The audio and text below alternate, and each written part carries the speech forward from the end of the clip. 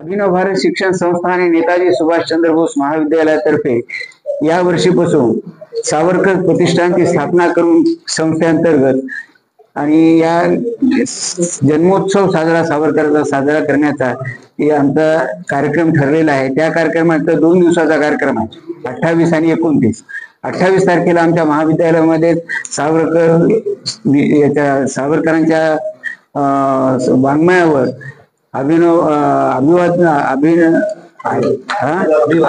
अभिवादन स्पर्धा आणि सायंकाळी 5 वाजता सावरकरांच्या गीतावर संगीतमय कार्यक्रम ठेवला आहे।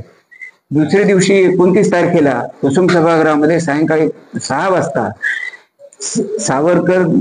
सावरकरांच्या नावे पुरस्कार देण्यात येण्याचे ठरलेले आहे। त्यानिमित्त या वर्षीचा पुरस्कार नांदेडमधले थोर सावरकरवादी विचारवंत शेषरावजी मोरे यांना देण्यात येणार आहे। आणि त्यानिमित्तच नेताजी सुभाषचंद्र बोस गौरव पुरस्कार हे 4 जणांना दिलीप ठाकूर, तुमचं डॉक्टर मालपानी, डॉक्टर करंबेळकर आणि मल्हार लाटकर यांना देण्यात येणार आहे। तरी हा कार्यक्रम कुसुम सभागृहामध्ये होणार आहे।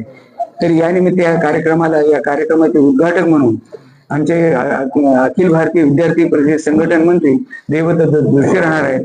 मान्यवर सुद्धा ते प्रताप पाटील चिखलीकर, कोहळीकर, आमदार कोहळीकर, माजी आमदार अमरभाऊ राजूरकर आणि तुमचे आमदार केराम हे उपस्थित राहणार आहेत। आणि या कार्यक्रमाला मोठ्या संख्येने जनता प्रतिसाद देईल नक्की याची मला अपेक्षा आहे।